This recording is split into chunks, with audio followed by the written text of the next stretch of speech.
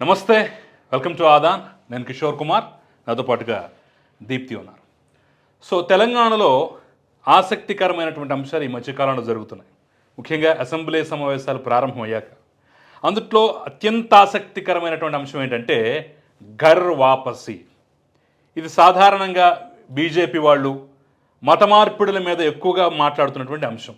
ముస్లింల నుంచి, క్రైస్తవుల నుంచి చాలామంది ఘర్ వాపసీ వస్తున్నారు. నరేంద్ర మోదీ వచ్చిన తర్వాత అందరూ తిరిగి హిందూ మతంలోకి వచ్చేస్తున్నారు. బలవంతపు మత మార్పిడుల యొక్క సంఖ్యలు తెంచుకొని ఇంకేముంది గంగా ప్రవాహంలాగా హిందూ మతంలోకి వస్తున్నారని చెప్పేసి అనేక సందర్భాల్లో ఘర్ వాపసీ అనే పదాన్ని వాడారు.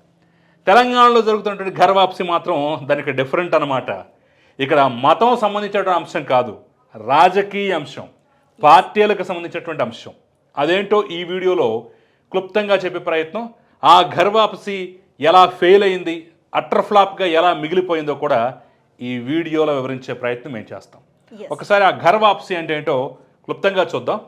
ముందుగా బీఆర్ఎస్ నుంచి అసలు కాంగ్రెస్లోకి వెళ్ళిన ఎమ్మెల్యేలు ఎవరు, అసలు వాళ్ళు ఎలా వెళ్ళారు అనేది ముందుగా మనం మాట్లాడుకుంటే, పొంగులేటి శ్రీనివాస్ రెడ్డి కీ రోల్ పోషించి ఆపరేషన్ ఆకర్ష్ పేరిట బీఆర్ఎస్ ఎమ్మెల్యేలను తన పార్టీలోకి తీసుకొస్తున్న ప్రయత్నం చేస్తున్నారు. అందులో భాగంగా ఇప్పటికి ఎంతమంది అయ్యారో మీకు ఫొటోస్తో సహా చూపిస్తాను. సో బీఆర్ఎస్ నుంచి కాంగ్రెస్ పార్టీలోకి వచ్చినటువంటి ఎమ్మెల్యేల లిస్ట్ అన్నమాట. సో పైన ఒక 5, కింద ఒక 5, మొత్తం ఈ 10 మంది. ఈ 10 మంది బీఆర్ఎస్లో గెలిచారు మొన్న. వాళ్ళు ప్రస్తుతం కాంగ్రెస్ పార్టీలో ఉన్నారు.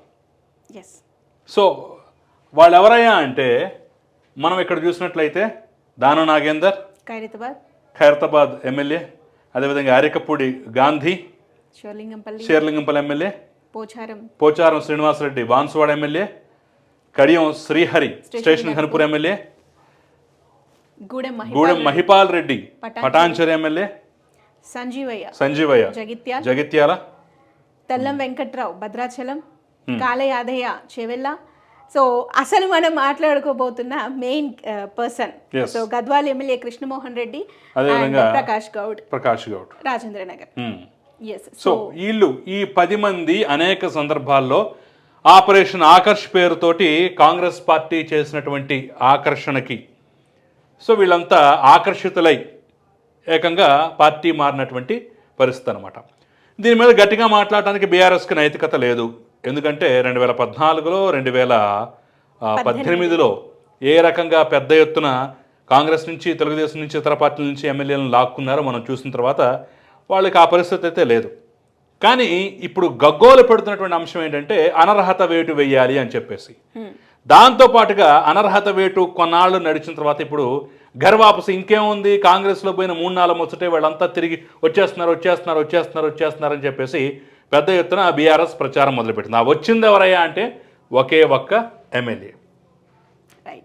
సో అది కూడా అసెంబ్లీలో ఆయన వెళ్ళి వాళ్ళతో మాట్లాడిన సందర్భంలో కేటీఆర్ చెప్పేశారు, ఘర్ వాపసీ సక్సెస్ అయిపోయింది, కృష్ణమోహన్ రెడ్డి వెనక్కి వచ్చేసాడు అని చెప్పేసి ట్వీట్లు చేశాడు, సంబరాలు చేసుకున్నారు, ఘర్ వాపసీ కంటిన్యూ అవుతుందని చెప్పి. తర్వాత ఇదే అసెంబ్లీ సెషన్స్ జరుగుతున్నప్పుడు తెల్లం వెంకట్రావు వెళ్ళి కూడా మాజీ మంత్రులని వేముల ప్రశాంత్ రెడ్డి వాళ్ళందరినీ అలా కలిసిన సందర్భంలో కూడా ఆయన కూడా తిరిగి వస్తున్నాడు. ఎవరు? తెల్లం వెంకట్రావు పోయిపోయి. సో పొంగులేటికి అత్యంత ఆప్తుడు, పొంగులేటి రైట్ హ్యాండ్ లాగా పిలువబడే తెల్లం వెంకట్రావు అసలు బీఆర్ఎస్లో గెలిచాడంటేనే అది పెద్ద విషయం. ఆయన మళ్ళీ తిరిగి బీఆర్ఎస్కి వస్తున్నాడు అంటూ కూడా ప్రచారం చేశారు. సో ఈ ఒక్క ఫోటోనే దానికి ప్రధాన కారణం. కానీ ఈయన ఇక్కడ కలిసిన 2 రోజులకి, అంటే 3-4 ముచ్చట్లాగా 3వ రోజే మళ్ళీ తిరిగి కాంగ్రెస్లోకి వెళ్ళిపోయాడు. సో అసెంబ్లీ సమావేశాలు జరుగుతున్నప్పుడు ఇప్పుడు సోకాల్డ్ పర్సన్ ఇప్పుడు ఎవరైతే ఉన్నారో ఈ పర్సన్, ఈ మనిషి, ఈ ఎమ్మెల్యే, ఈయన ఘర్ వాపసే అయ్యాడు అని చెప్పేసి తిరిగి మా గూటికి వచ్చేసాడు అని చెప్పేసి పెద్ద ఎత్తున ప్రాపగాండా నడిచింది. సో కేటీఆర్ పక్కనే కూర్చొని ఉండటంతో, వీళ్ళందరూ ఆప్యాయంగా అతన్నే చూస్తూ ఉండటంతో ఇంకేముంది వచ్చేసాడని చెప్పేసి అనుకున్నారు.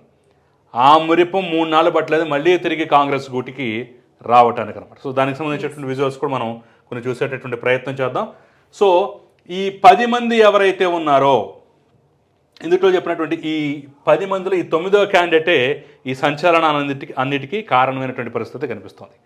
సో ఆపరేషన్ ఆకర్ష్ ఎంత వేగంగా జరిగిందో ఘర్ వాపసి కూడా అంతే వేగంగా జరుగుతోందని చెప్పేసి బీఆర్ఎస్ చెప్పినటువంటి 3 నాళ్లలోనే ఈ ప్రక్రియ అంతా ముచ్చటైపోయింది. ఇక్కడే ఒక మాట కేసీఆర్ గురించి కూడా చెప్పుకుంటున్నారు. మనకు తెలిసిందే కేసీఆర్ గతంలో పార్లమెంట్ ఎన్నికల సందర్భంగా కానీ అంతకు ముందు కానివ్వండి పెద్ద ఎత్తున వీళ్ళంతా పార్టీ మారబోతున్నారని తెలిసిన తర్వాత కొంతమందిని లాలించి బుజ్జగించి ఆపే ప్రయత్నం చేశారు. అందుట్లో మనకి కడియం కావ్య కూడా ఉన్నారు. ఆవిడకి అక్కడ MP ticket Warangal MP ticket కేటాయించినా సరే నాకు మీ టికెట్ వద్దు మహాప్రభు అని చెప్పేసి కాంగ్రెస్ ఆఫర్ రాగానే తండ్రి కూతుళ్ళు ఇద్దరు పెట్టాబెడ సర్దేసుకుని వెళ్ళిపోయారు. ఆ సందర్భంలో కేసీఆర్ చాలా ప్రయత్నం చేశారు ఈ యొక్క ఫిరాయింపును ఆపటానికి, ఈ పార్టీ మారటాన్ని ఆపటానికి అనేక ప్రయత్నాలు చేశారు. కానీ సక్సెస్ కాదు. లక్కీగా కడియం కావ్య కాంగ్రెస్లోకి వచ్చినా సరే అక్కడ కూడా గెలిచేస్తుంది. ఇంకొక పర్సన్ కూడా మనం పర్టికులర్ గా చూపించాలి. ఆరూరి రమేష్ వర్ధనపేట ఎక్స్ఎమ్మెల్యే. సో ఆయన కూడా పార్టీ మారుతాడు అని వార్తలు వచ్చినప్పుడు కేసీఆర్ స్వయంగా రంగంలోకి దిగి ఆల్మోస్ట్ ఆయన్ని కిడ్నాప్ చేసినంత పని చేశారు ఆ టైంలో. సో ఈయన వెళ్ళనివ్వకుండా బుజ్జగించి ఆయనకి ఇంకా అయిపోయింది, ఓకే అండి నేను మీ మాట వింటున్నాను, మీరు మిమ్మల్ని దాటేసి నేను ఎక్కడికి వెళ్ళనని ఆల్మోస్ట్ ఈయన ప్రామిస్ చేసిన తర్వాత ఈయన వదిలేస్తే తిరిగి వర్ధనపేటకి వెళ్ళిన ఈయన తెల్లవారే బీజేపీలో చేరాడు. బీజేపీ నుంచి టికెట్ కూడా తీసుకొని వరంగల్ పార్లమెంట్ నుంచి పోటీ కూడా చేశాడు. అఫ్ కోర్స్ అది కావ్య చేతిలో ఓడిపోయినటువంటి పరిస్థితి. సో ఆపరేషన్ ఆకర్ష్ ఎంత ఫాస్ట్గా జరిగిందో ఆపరేషన్ వికర్ష్ కొని గర్వాపసి అంతే ఫాస్ట్గా జరుగుతుందని చెప్పేసి నిరూపించడానికి ఒకే ఒక్క ఎమ్మెల్యేని పోయిన వ్యక్తిని తిరిగి లాక్కొని 2 రోజులు పక్కన పెట్టుకున్నారు లేదో 3వ రోజు దెబ్బపడినటువంటి పరిస్థితి చూస్తున్నట్లయితే అంత ఈజీ కాదు, అంత ఈజీ టాస్క్ కాదు కేటీఆర్ కనే చాలా స్పష్టంగా అర్థమైపోతుంది. కేసీఆర్ వల్లే కాలేదు, కేటీఆర్ నీకేమవుతుంది, మీ తండ్రి వల్లే కాలేదు. Of course KCR. సో ఈ ఘర్ వాపసి కనుక ఏమాత్రం సక్సెస్ అయినా సరే నెక్స్ట్ కేసీఆర్ తర్వాత ఆ స్థాయిలో కేటీఆర్ అని చెప్పుకోవచ్చు. ఇక నెక్స్ట్ నంబర్ 2 పొజిషన్ కానివ్వండి, ఇక టీఆర్ఎస్లో సర్వస్వం కానివ్వండి, పెద్ద ఆయన తర్వాత చిన్న ఆయనే అనేటటువంటి విధంగా మధ్యలో ఉన్నటువంటి హరీష్ రావుని కూడా కాసేపు పక్కన పెట్టవచ్చు. అన్ని రకాలుగా చాణక్యత ప్రదర్శిస్తాడు అని చెప్పేసి నిరూపించుకోవడానికి గొప్ప అవకాశం దక్కేది. కానీ దురదృష్టం కేసీఆర్ వల్లే కాదు కేటీఆర్ వల్ల అవుతుంది అనుకుంటే కేటీఆర్ వల్ల కూడా కానటువంటి పరిస్థితి అయితే ఇక్కడ చాలా కనిపిస్తుంది.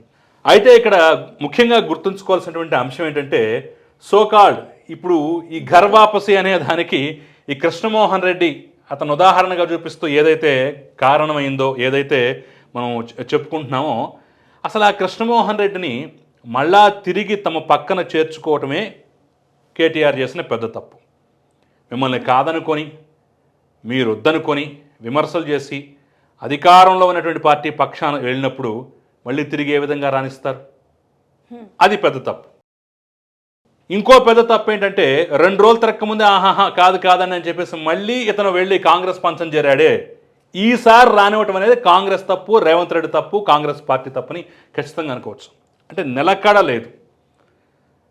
టీఆర్ఎస్లో గెలిచాడు, అక్కడి నుంచి కాంగ్రెస్ జంప్ అయ్యాడు, మళ్ళీ అసెంబ్లీ సమావేశాలప్పుడు వాళ్ళు ఏదో రా అని కన్ను కొట్టి పిలిస్తే మళ్ళీ వెంటనే వాళ్ళ దగ్గరికి వెళ్ళిపోయాడు.